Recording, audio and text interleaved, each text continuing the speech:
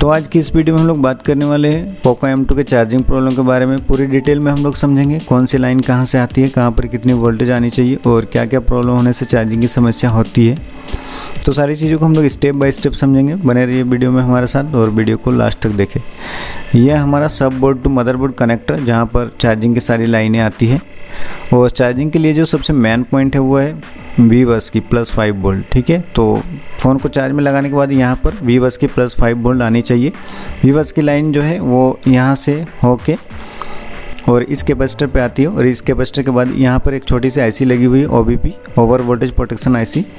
तो यहाँ पर वो +5 वोल्ट की लाइन आती है और यहाँ से गुजर के यहाँ इस डॉट पे आती है उसकी लाइन। ठीक है, तो यहाँ से अगर आपकी लाइन कटी हुई है तो आप यहाँ OVP को निकाल के यहाँ से यहाँ तक का एक जंपर लगा सकते हैं। ठीक है, और +5 वोल्ट की लाइन यहाँ से आने के बाद आपका सीधे यहाँ सिम कनेक्टर के जस्ट बगल में CPU के नीचे इस कैपेसिटर पे आती है और यहाँ से आने के बाद सीधे इस IC पर इसकी +5 वोल्ट की लाइन आती है। ठीक है, और इसका मतलब है आपको +5 वोल्ट की लाइन जो है यहाँ से लेके यहाँ तक का आपको कनेक्टिंग चेक करना है। अगर ये कनेक्टिंग आपकी सही है, इसका मतलब आपकी +5 वोल्ट की लाइन जो है वो V बस की लाइन एकदम सही है। ठीक है, और ये लाइन सही होने के बावजूद अगर फ़ोन आपका चार्ज नहीं हो रहा है या चार्ज स्लो हो रहा है तो आपको एक बार D+ और D- की लाइन को भी आपको चेक करना है। जैसे ये हमारा कनेक्टर की जो फर्स्ट और सेकेंड वाली पिन है, ये है D+ और ये D- की लाइन, दोनों इस डॉट पे आती है। दोनों की लाइन,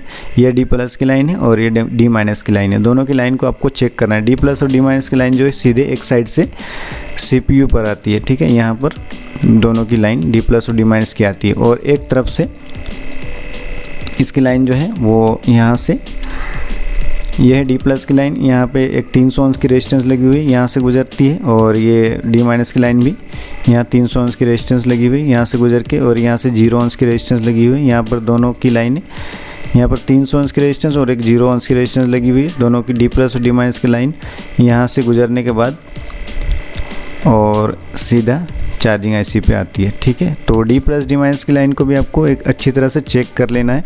और D+ D- वाली लाइन सही होने के बावजूद अगर फ़ोन आपका चार्ज नहीं हो रहा है तो आपको एक बार बैटरी की थर्मल और ID लाइन को भी आपको चेक करना है। ठीक है, ये ID की लाइन जो है आपको चेक करना है। ग्राउंड की तरफ जो लाइन है वो है ID की लाइन, बैटरी कनेक्टर के ग्राउंड की तरफ जो लाइन है वो है ID की लाइन। ID की लाइन जो है वो यहाँ इस डॉट पे आती है और इस डॉट पे आने के बाद यहाँ इस छोटे से डायोड पे आती है उसकी लाइन। ठीक है, और यहाँ डायोड से आने के बाद इस रेजिस्टेंस पे आती है जो 100K की रेजिस्टेंस है और उसके बाद यहाँ पर इस रेजिस्टेंस पे आती है जो 1K की रेजिस्टेंस है और उसके बाद ये 100K की रेजिस्टेंस यहाँ पे आती है। इसकी लाइन जो है इन तीनों रेजिस्टेंस पे आती है। ठीक है, तीनों रेजिस्टेंस के नीचे साइड में इसकी लाइन आती है और यहाँ बीच वाली रेजिस्टेंस पे गुजर के वो जो 1K की रेजिस्टेंस है यहाँ से गुजरती है और यहाँ इस कैपेसिटर पे आती है और इस कैपेसिटर पे आने के बाद इसकी लाइन जो है वो सीधे CPU पर आती है। ठीक है, तो ये है बैटरी की ID लाइन और इसी तरह बैटरी की थर्मल लाइन को भी आपको चेक करना है। जो है वो ये V की तरफ जो है वो लाइन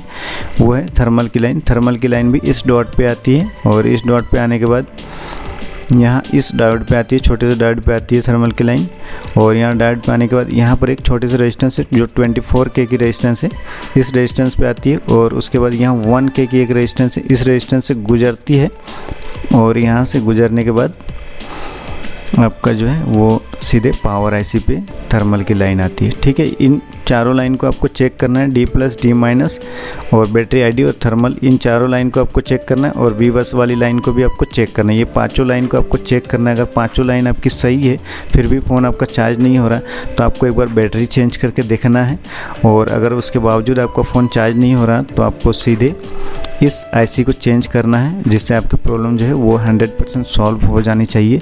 और अगर वीडियो आपको अच्छी लगी हो तो प्लीज़ वीडियो को एक लाइक ज़रूर कर लेना और चैनल को सब्सक्राइब ज़रूर कर लेना इसी तरह की और भी वीडियो पाने के लिए। Thanks for watching the video.